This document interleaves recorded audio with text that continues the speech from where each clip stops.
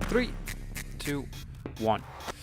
Hello guys, welcome to In the Pocket. I am your host, Chris, aka The Beard, and today we're going to be looking at the Jacare vs Brunson 2 card on UFC this coming weekend. We'll be taking a look back on UFC 220 to go over the amazing Stipe Miocic and Francis Ngannou fight, and we'll be looking forward to UFC 221, where we'll be getting an interim middleweight title fight for Luke Rockhold and Yoel Romero.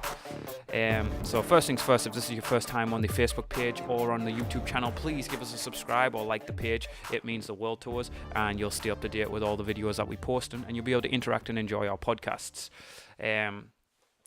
Let's get straight into it.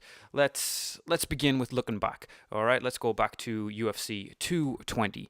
220 was, for me, probably one of the best heavyweight fights that I've ever seen. And not because it was a banger, and not because it was a slugfest or necessarily a war. It was a 5-round fight, but I wouldn't class it as a war. But it was just showing how a hype train can be derailed like that, and how a champion holds himself both inside and outside of the octagon. I thought it was an amazing presentation of skills by Stipe Miocic, and it was just such a humbling experience, I believe, for Ngannou. So in case you didn't see the fight, the heavyweight title was on the line. Our champion Stipe was putting it up against the beast that everyone was going for in Francis Ngannou, and for good reason. Francis Ngannou was coming off that amazing first-round knockout of Alistair Overeem, where he literally knocked Alistair Overeem to the moon. Alistair Overeem wasn't even alive, I don't think, for 5 minutes after that fight when he caught that uppercut from hell, the upper hell cut, the good night, go to sleep, curl your toes cut. It was an amazing punch. It was a wild punch, but it was a punch that ended the fight, and that's what everyone was believing was about to happen to Stipe. I, however, like many others, believed in the champion. I think that Stipe is probably one of the most underrated champions within the UFC, along with the likes of Mighty Mouse. I believe he's underrated because he's not the flashy, outspoken champs that are gaining the popularity, such as the McGregors, for example. And even Tony Ferguson now is starting the trash talk a little bit. But he, for God's sake, he is a full-time firefighter when he's not fighting.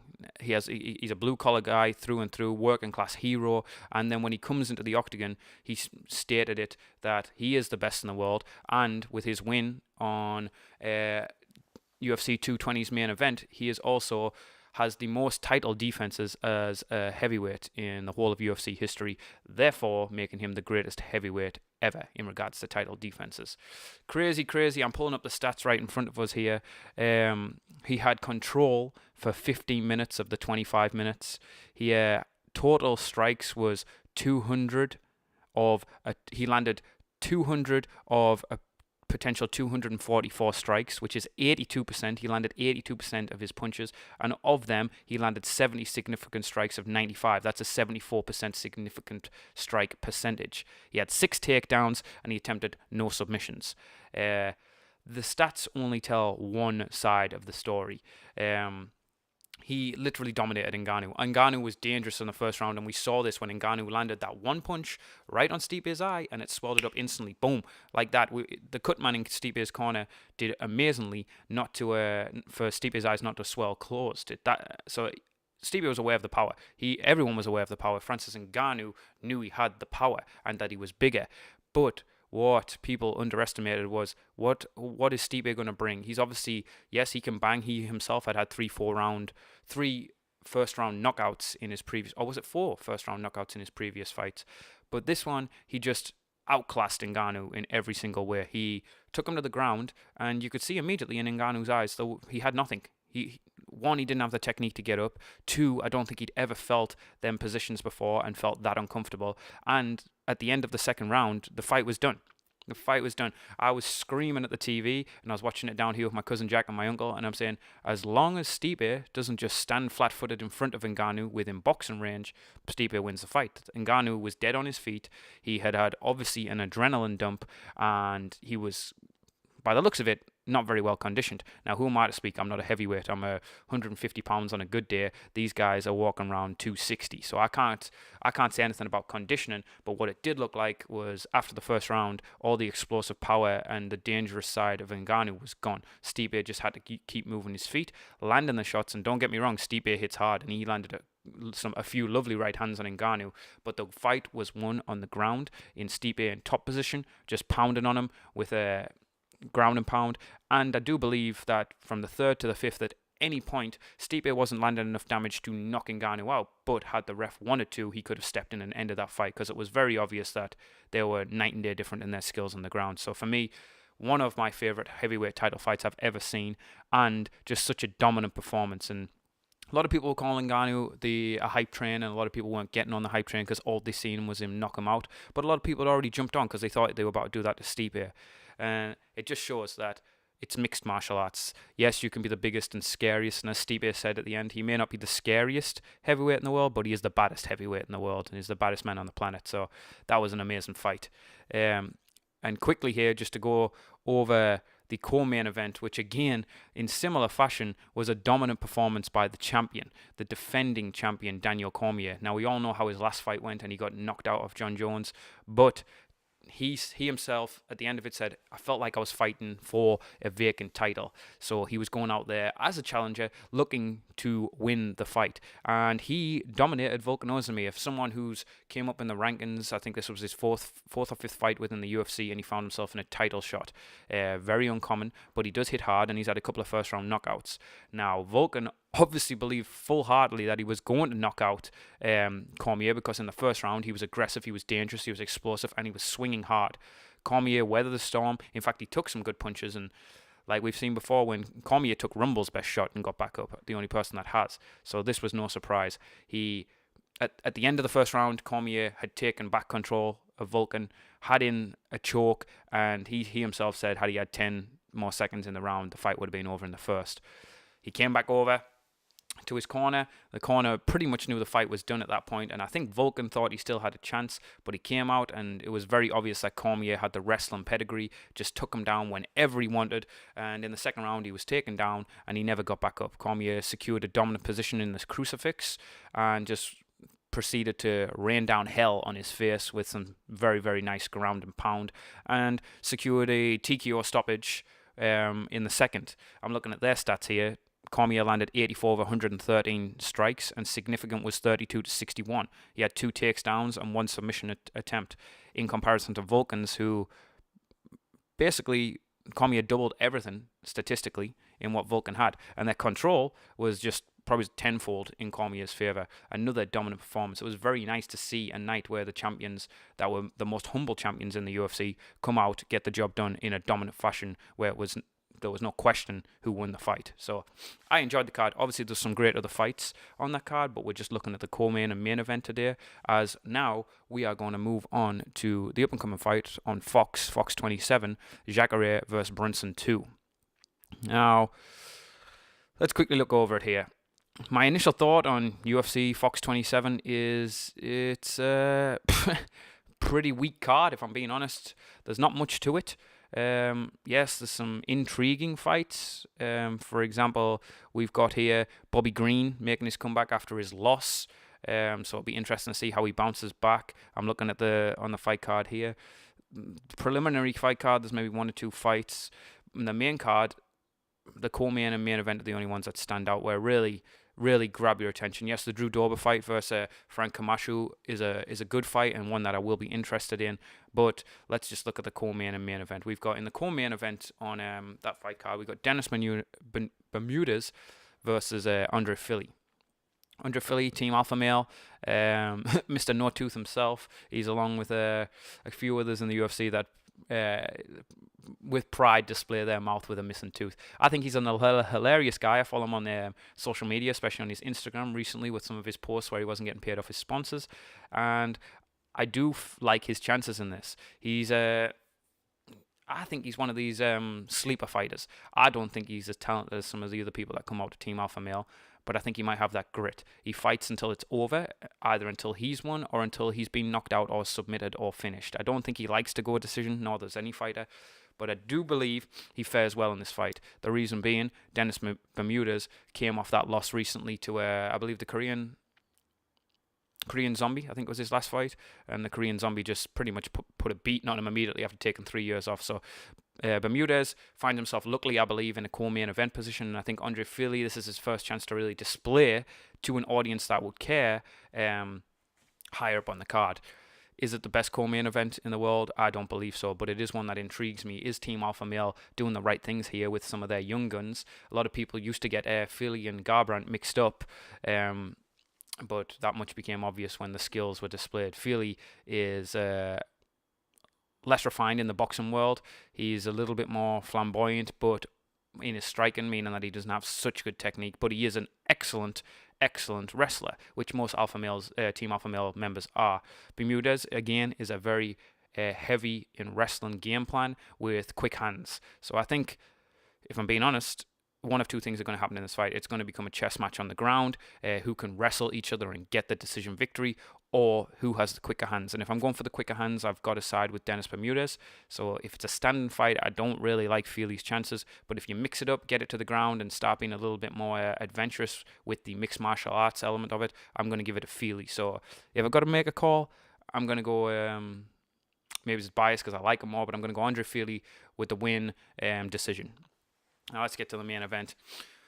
Main event that not many very people are talking about. I think it's flying under the radar because it is in between 220 with 2 title fights, and then it's followed right away by 221.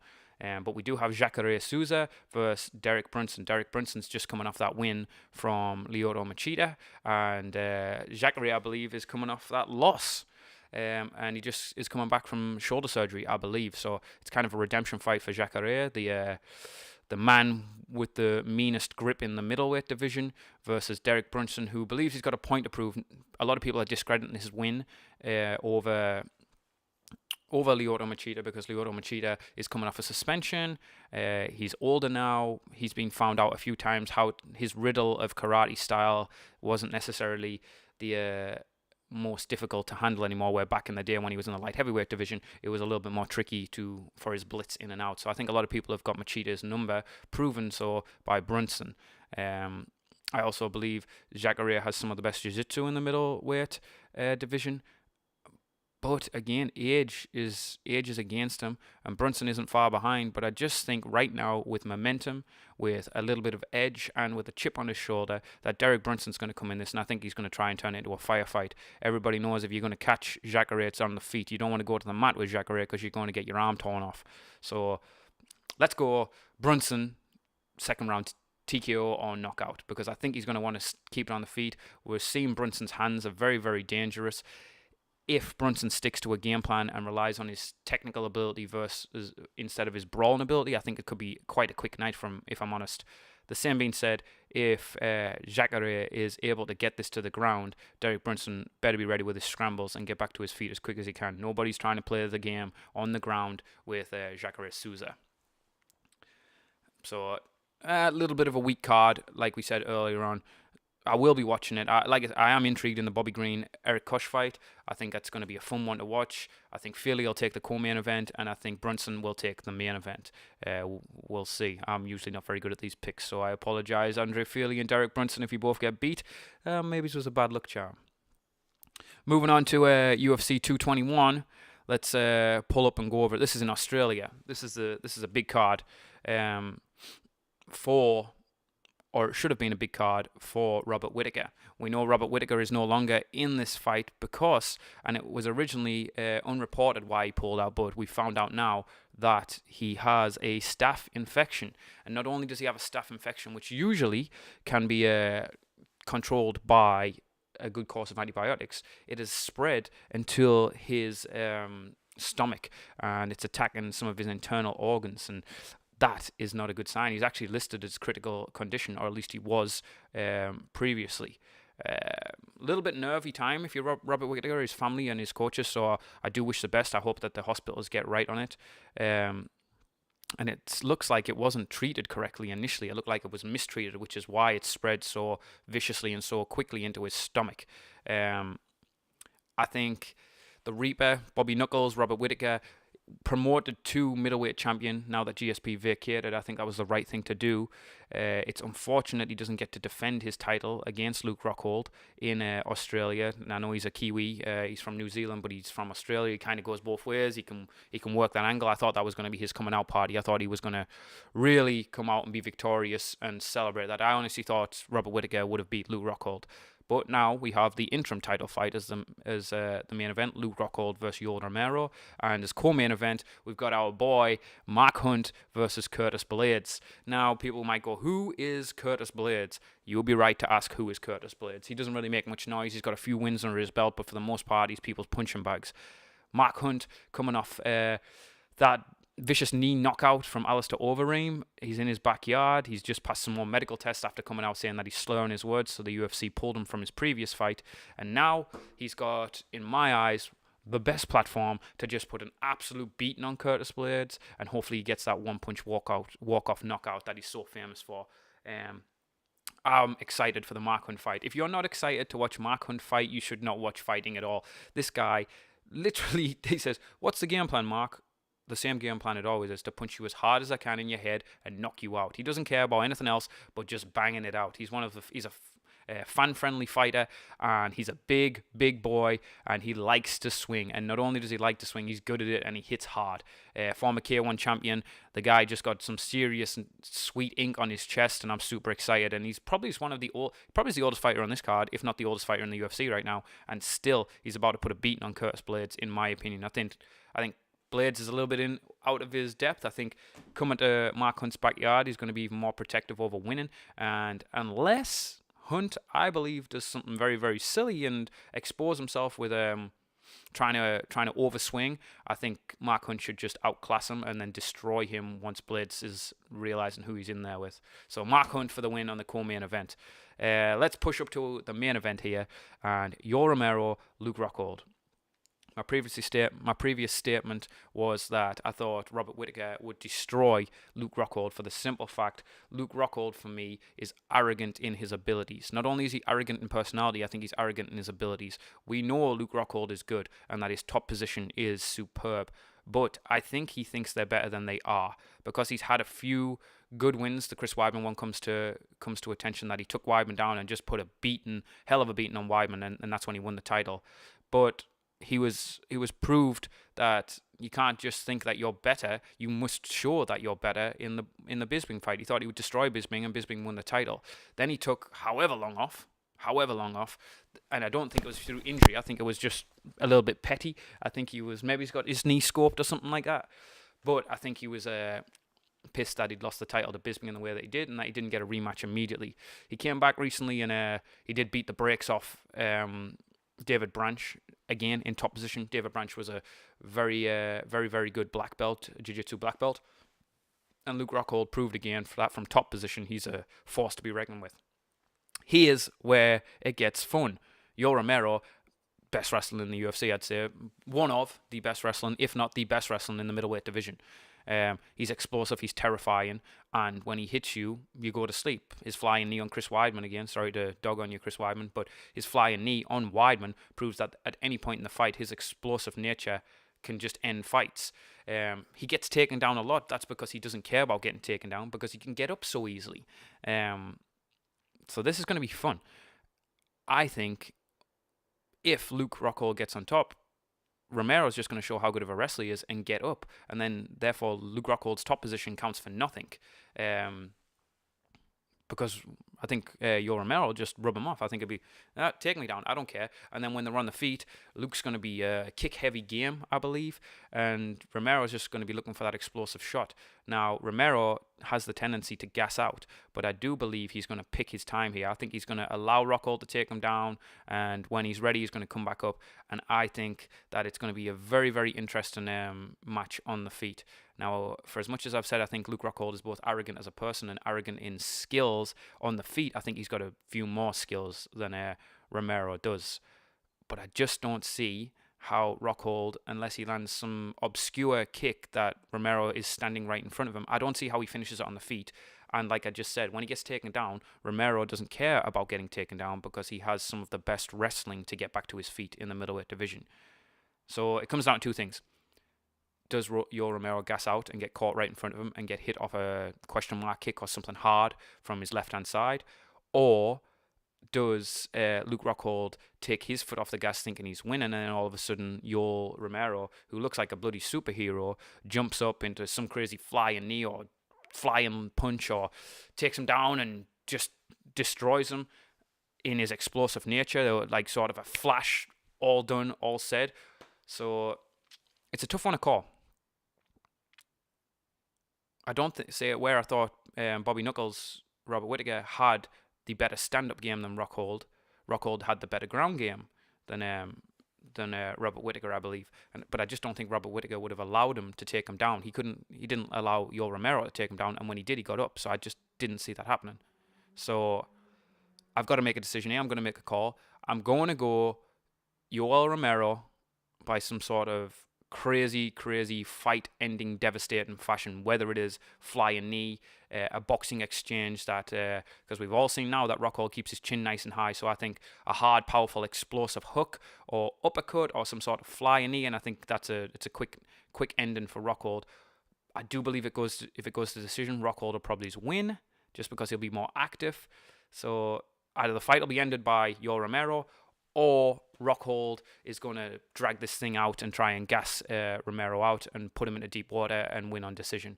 I'd love to see a finish. So because I'd love to see a finish, I'm going to go Yoel Romero by finish. But again, like I previously said, could be wrong, and we've got a little while till that one comes up. I think UFC 221 is, when is this? When is that? It's coming up early February, I believe. So we've got the up-and-coming fight this weekend, Jacare versus Brunson 2. Then we've got 221 after that. And I'm excited for both cards for different reasons. And I do believe 221 is the better card. And let's see what happens here when we get into it. So thank you for watching, guys. I hope I didn't bore you, and I hope that my insight into it, limited as it may be, was interesting. And feel free at any point to send me questions. If I'm currently in the northeast of England, if you want to come on and talk about MMA at any point, let me know. I'd love to have another member on the podcast. If not, I will see you on the next one. If you're on the Facebook page, thumbs it up so you get the notifications. If you're on YouTube, subscribe, hit that bell notification. And yeah, we'll be doing a follow-up podcast after the Jacare and Brunson fight. Thank you very much. Hope you enjoyed In the Pocket, and we'll see you next time. Bye.